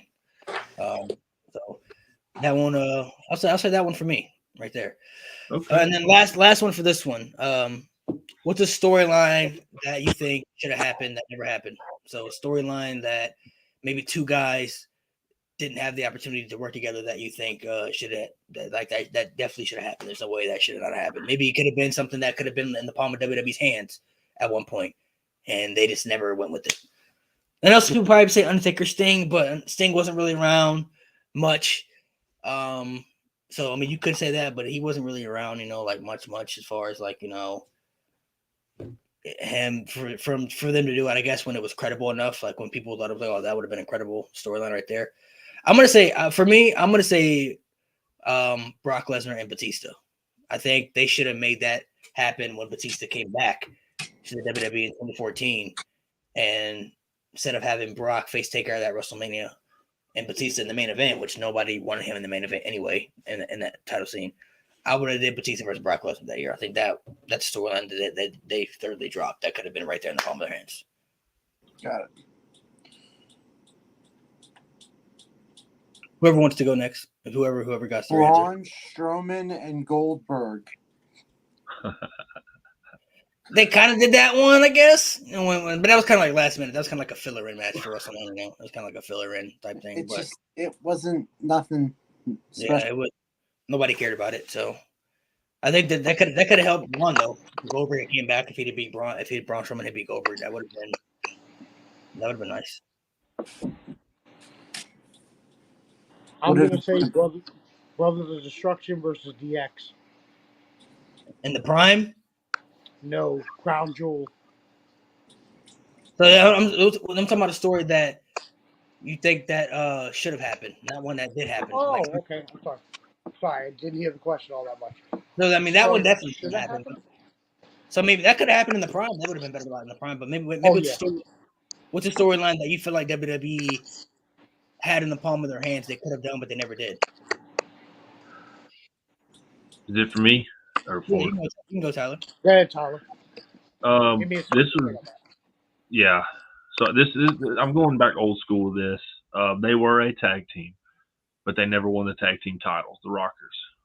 I feel like they could have had a good championship run. You got one, Ford, you want to throw out there real quick? Yeah, but I don't know how popular it's going to be. You know who never battled each other? Kurt Angle, Bret Hart. Just before when he came back. Oh, I like that. Yeah, because when Kurt came to WWE, Bret was already out of the WWE. Exactly, but then Bret came back. And did have 2 matches. Yeah, that's one they could have done it for sure. Malik, I got one real quick if you don't care. Good. I don't think this happened. Correct me if I'm wrong. I would have was it Stone Cold and Goldberg? That never did happen. No, that never did happen. That never happened. When Goldberg came to WWE, finally, Austin when Goldberg came to WWE, Austin retired the day before. Like Goldberg came the night after WrestleMania 19, so Austin had just retired and walked away. So that one, it was like bad timing. I mean, so and Brock and Austin. Yeah, then that one could have happened. Yep. All right, last one. This one is called Yes or No. Basically, all you gotta do is say yes or no to the question. You gotta explain why. You just gotta say whether you believe it's gonna happen or not. Moving forward, should WrestleMania continue to be 2 nights moving forward? Yes or no? DJ? Yeah. If it's as long as it is, yes. What about you? You're on mute. You're on mute now. I can't hear you. No. 1 night. Should Roman Reigns reach 1,000 days as champion? Yes or no? Yes. I don't acknowledge him. But yes. Yeah. So Yes or no? I say no. Should John Cena break Ric Flair's record and become 17-time champion? Yes or no? No. No. It cannot be broken. 21. But if you want to go by the WWE, Orton breaks it before Cena. No. Let's see. We'll kind of touch on this one a little bit too, but moving forward for the future now that Vince is gone, will Triple H make the product a lot better, say 10 years from now, than it has been in the last couple of years? The next 10 years compared to the last 10 years, yes, he will. Yeah. I say yes. Mm-mm. Is Bray Wyatt coming back to WWE the right move for Bray Wyatt's career? Yes or no? Yes. I say yes. I feel like, yes. That's a toss-up, but I could go both ways, but I'm gonna say yes. Because of the new management in charge now? Yes, but I could see him in Impact as well. Can I get an explanation for this one? Good. Okay, so I could say yes because of the new management. I could say no because I could see him in Impact having a feud with multiple people there. I can understand that. I feel like with the new management now, I think he would be used differently. I don't know what his character would be, whether it be the Wyatt Six that he's been teasing, or whether it be the Fiend or the Eater of Worlds. I don't know, but I think that if he comes back, I do think that things will be a little bit different for him. But I could understand if he wanted to go somewhere else and he wanted to do different stuff. You know what I mean? Because do you really want to trust the company and come back? You know what I mean? So I don't know. I mean, it really just depends with Bray. Last one. When it's all said and done, is Charlotte Flair going to be known as the GOAT of women's wrestling? No. Come on, when it's all said and done, when she's done, the Four Horsewomen is done. Most of the people right now aren't there anymore. Will she go down as the GOAT, despite how you feel about her? All time, Yes. right? Okay, I'm gonna have them two go first. I gotta decide. Yes. She will go down as the GOAT. The only one that will be able to catch her is Sasha. As much as I hate to say it, I'll say yeah. If she keeps, We got two yes. Screw it. Yeah. We got three yes. We got three. That was painful. That was painful for you, really. You can disagree, CJ. I don't want to disagree because I know in reality she's obviously already a 10-time world champion, and you can't take that away from her. Well, technically, she's really 13, honestly. Okay, well, 13, 10, whatever. It's just like I could see it happening. It hurts, but yeah. I mean, there are other answers that it could be Sasha, maybe Becky, Bianca's having a great run right now too. Becky was another one that I was gonna say. Becky could be up there. Bianca, like I said, she's having a good run right now too. So it could maybe be her. But I would probably maybe say Charlotte as well too. I just think that she's done a lot already. She's only going to continue to do so much more. She's still in the prime of her career too. Depending on how much longer she wants to stick around, I don't know. But the sky's the limit. She's already done so much as it is right now too, and she can only accomplish so much more for the future.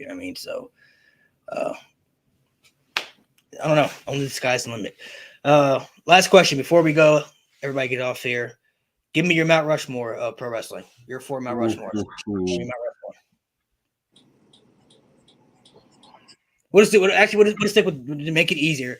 Give me your WWE Mount Rushmore. It could be hard to just do all the wrestling. Okay. Just strictly your WWE Mount Rushmore. Ric Flair. On your WWE one? He's on your WWE Mount Rushmore?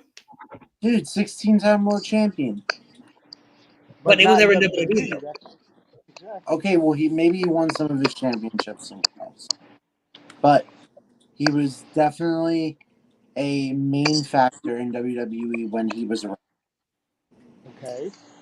Okay, so you said Ric Flair. I believe Stone Cold should be up there. Okay. I'm only 18, so I'm going off of just from what I watched. So I'm gonna say Triple H. Triple H. Okay. So you got Flair, you got Triple H, you got Stone Cold. You got one spot left.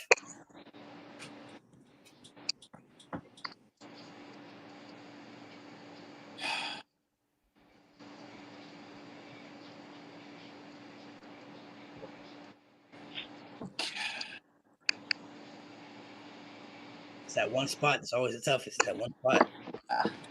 Yeah.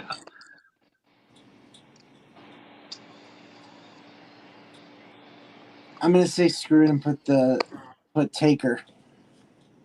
Taker. Okay. Valid.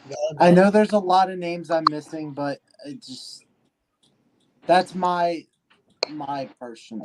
Well, he said Flair, Triple H, Taker, and Austin. Ford, about you? Undertaker, Shawn Michaels, Kurt Angle, Roddy Piper. Okay. Ooh, a Okay. lot different. Okay. All right. Can I do a runner up with mine, like a fifth one? You could do an honorable mention. Honorable. That's what I meant. Yeah. Sorry. Rushmore's only 4 people, so only 4 people got that spot. So CJ pretty much stole all my guys. Ric Flair, Stone Cold, The Undertaker. I would say I'm gonna go Macho Man, and as my honorable mention, a lot of people like this. A lot of people don't. I'm gonna say Jericho's up there. Okay. All right. Can I get an honorable mention? Edge. Sure. Edge. Ooh, honorable mention for Edge on the Rushmore. Okay. If he didn't miss all those years, I'll let you throw an honorable mention, CJ. Since everybody throw an honorable mention, you can throw an honorable mention if you want to. I don't want an honorable mention. I'm sticking with my list. Oh, so he's sticking with his Rushmore. I would probably say mine. Taker, Austin, Cena's on mine. Well, yeah. Taker, Austin, Cena. I probably had to say Hulk Hogan. I ain't gonna lie. oh, Okay, Hey, you know what? nothing wrong with that. You know what? Screw it. Honorable mention. I'll go say Orton. My honorable mention would be Shawn Michaels or The Rock, one of the two. But I like that. I would say, yeah. I mean, I don't gotta like the man, but Hulk Hogan did. He did too much for WWE. I think this is the first podcast I've watched or been in on, like in the chat or whatever, that The Rock was not put on a Rushmore. Yeah. I feel like Other so. than- yeah. Hogan makes mine because he really revolutionized everything. There probably wouldn't be WWE without Hulk Hogan through that era that he was in. I mean, they needed him to be their top guy through that time to succeed the way they did. Austin, the biggest draw ever in wrestling, so he made WWE more money than anybody. Even though Rock was there, but Austin was always looked at as the money draw and like the main guy. You know what I'm saying? Like he pretty much saved the Attitude Era at that one point. And the Austin 316 shirt is the most sold T-shirt in WWE history. He made WWE more money than anybody in the company, so he makes the cut because of his importance. Undertaker, I think, is the greatest character in his WWE history. His longevity, probably the only guy who never needed to be the guy. When I say the guy, I'm talking about the face of the company to stay relevant to the product because everything he did still felt important. And Cena probably had the best run of anybody as the guy on top. I mean, 10 years consistently on top as the guy, whether people liked him or not. Nobody kept his schedule. He was putting on great matches year by year, and he always felt important to the brand. Whether people were booing him or cheering him, he was always the guy. So, I mean, that 10-year run, full time on top, probably never see that again. I mean, like that's incredible. So, those guys make the cut for me. Exactly. John Cena, and I know I got a lot of heat for saying this before, John Cena is the closest thing this generation has to Ric Flair. Right. as far as being on top, running the company, and being successful in a decade run. Nobody else has done that. I give Cena his props there. I didn't put him on my Rushmore, but I will give Cena his props there. Valid. See, did you want to say something when I was talking? You wanted to say something? Oh no, I did want to finish off with a question. Sure. It's just about current. What's your current favorite superstar? Roman Reigns. We already know that. We're talking about all of wrestling? Yeah, all of wrestling. Roman Reigns. Edge. John Cena is my favorite wrestler of all time. I have not cared about a superstar this much since John Cena. Okay. My current favorite superstar is Josh Alexander. I saw him at Starrcast. He was cool. Josh Alexander is valid. I do like So him. you said favorite character. You didn't say favorite wrestler. Favorite character is Edge. Favorite wrestler right now? Yeah, I believe he's in a good running for wrestler of the year. Did I say character? Josh Alexander is a great pick. Man, it don't matter. Wrestler, superstar, Roman Reigns is number one in everything for me. Character-wise, I'd say Roman.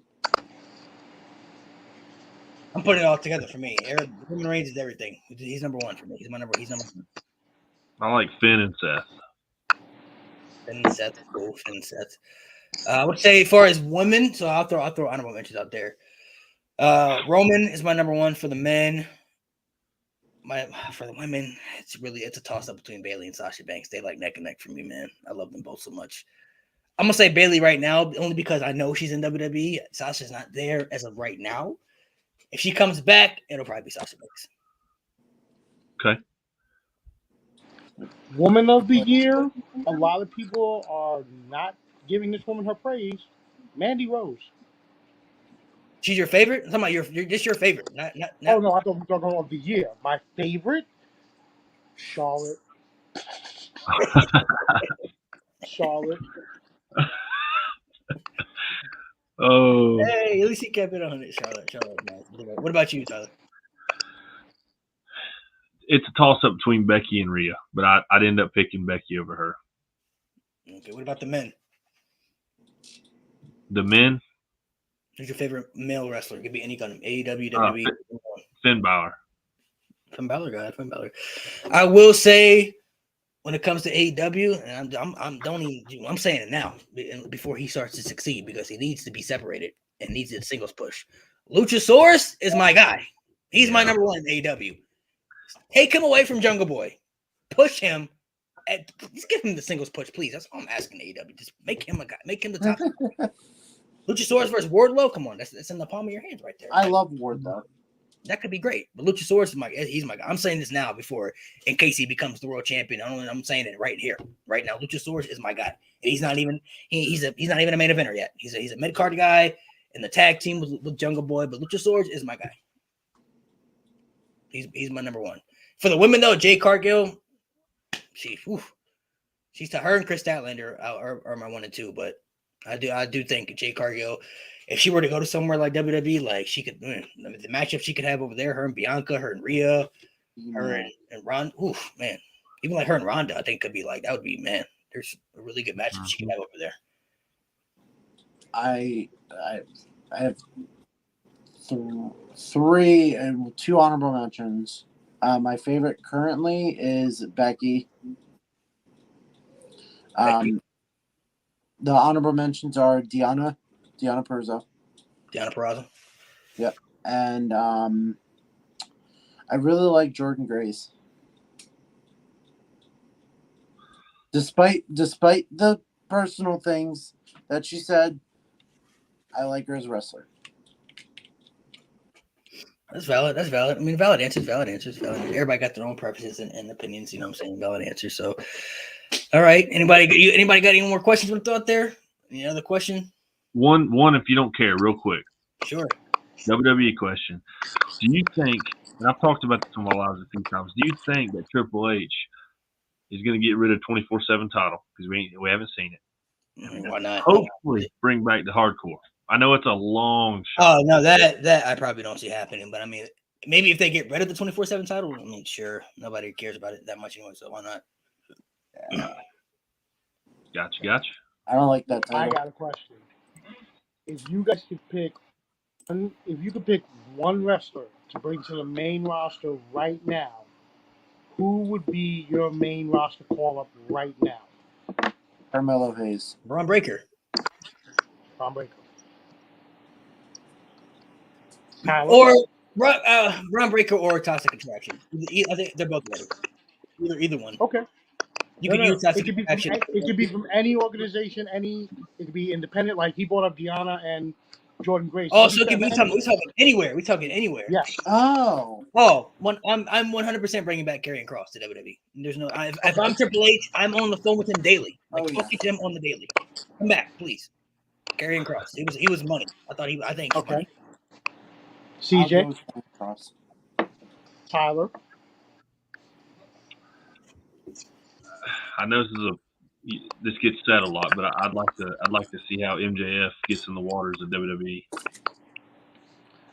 I'm gonna make this push right now on your podcast. If Triple H does not call Jacob Fatu and bring him to the main roster, it is a failure for the next 10 years for me. Who is somebody? Okay, who's somebody that you would love to see go from WWE to AEW and vice versa? So give me somebody that's in WWE right now that you think could do better in AEW, and somebody who's in AEW that you would love to see come to WWE.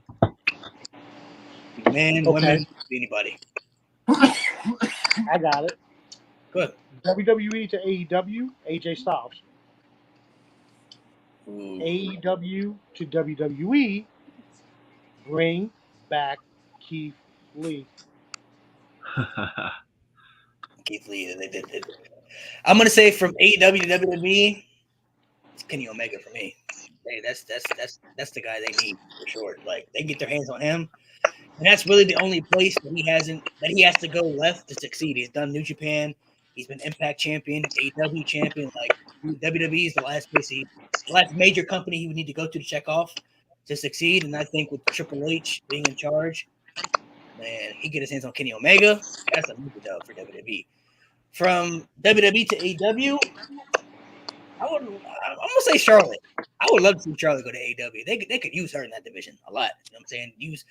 They haven't got that. I mean, they've gotten Ruby Soho, they've gotten Athena and everything, but like they haven't got that major. Like if they got Charlotte to the women's division, it could really help out the women's division a lot. She could really, I think, try to at least because that women's division they have a lot of talent, but they don't use a lot of people that they could be using right now. So I think Charlotte going, and that would bring a little shot back. Great pick, bro. That's a great pick. I feel like with going on with, I think Becky would be an even bigger badass than she is now. Like if you give her a different, like a little bit of a more edgier character, I feel like she would be great in AEW. Like if she had more of an edgier character, she would fit great. Go ahead, Tyler. What about you? I'm gonna choose not the primarily like top of the characters, wrestlers, whatever you want to call them. I would do a straight up trade, Ricochet and Darby Allin. Ooh, that's intriguing. That's intriguing. A little trade right there. What a little trade. I mean, Ricochet, Darby Allin. What about for women? You got anything for the women? Maybe a trade for women too. Let's bring the Doctor over to WWE and Shayna Baszler to AEW. Ooh. By the way, for my mail, I would say Wardlow from AEW to WWE. No. Big I man. can't agree with that. I think Wardlow needs to stay at AEW. I think Wardlow in AEW right now is good, but he could thrive in WWE, I think, too, though. As of right now. That wouldn't be a bad idea. If there's anybody on the roster that I think definitely would thrive in WWE, it's Jade Cargill. I think she thrives tremendously. Oh, yeah. Kenny Omega, too, but I think she would benefit the most because she just brings something different to the women's division. You know what I'm saying? So I think she would Yeah. thrive the most if Triple H were able to get his hands on her and have her in his women's division. But only time will tell. Only time will tell. We'll see what happens. So appreciate you guys for coming on, man. Thank you guys for interacting in the chat as well. Thank you guys for watching. Make sure you guys hit the subscribe button and go check out all their social media platforms. Make sure you guys get them a follow on Wrestling TikTok. Check out their stuff. And until the next podcast, guys, we will see you later. Until then, thank you guys for coming on. You guys be safe.